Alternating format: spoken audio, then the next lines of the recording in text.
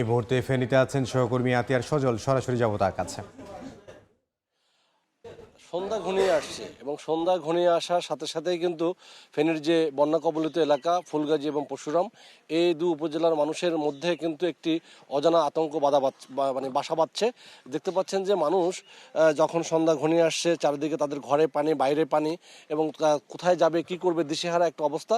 ঠিক এই সময় জেলা প্রশাসন থেকে যেটা জানানো হয়েছে যে তারা যেন, যারা অনিরাপদ বোধ মনে করবে বা তারা যেন, যে 131টি অস্থায়ীভাবে যে তাদের আশ্রয়কেন্দ্র ঘোষণা করা হয়েছে, বিশেষ করে যারা ওই দুর্গত এলাকার আশেপাশে, সেগুলোতে যেন তারা আশ্রয় নেয়। সেখানে শুকনো খাবার সহ সব ধরনের ব্যবস্থা তারা রেখেছে বলে জানিয়েছে।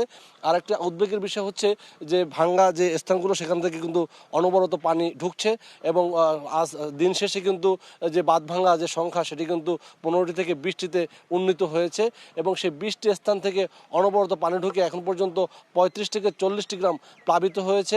বর্তমানে মোহরী নদীর পানি বিপদসীমার 50 সেন্টিমিটার উপর দিয়ে প্রবাহিত হচ্ছে।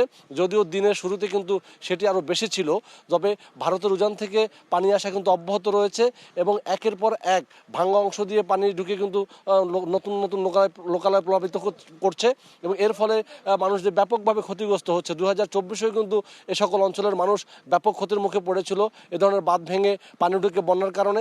এবছরও সেই ক্ষতি কাটিয়ে ওঠার আগেই আবারও বন্যার কবলে পড়লো।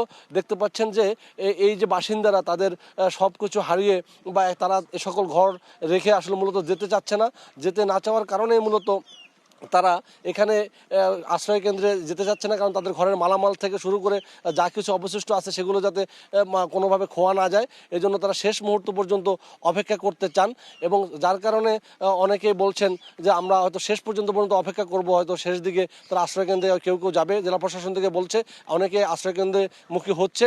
অন্যদিকে এই আমরা মাঠ পর্যায়ে দেখেছি বাংলাদেশ সেনাবাহিনীও এখানে কাজ করছে। তারা লোকজনদেরকে দেখেছি তাদের নিজস্ব গাড়িতে করে, যে সড়ক চলাচল যেটি অনুপযোগী হয়ে পড়েছে, সাধারণ পরিবহন যেখানে চলতে পারছেন না, সেখানে এসে লোকজনকে পারাপার করছে।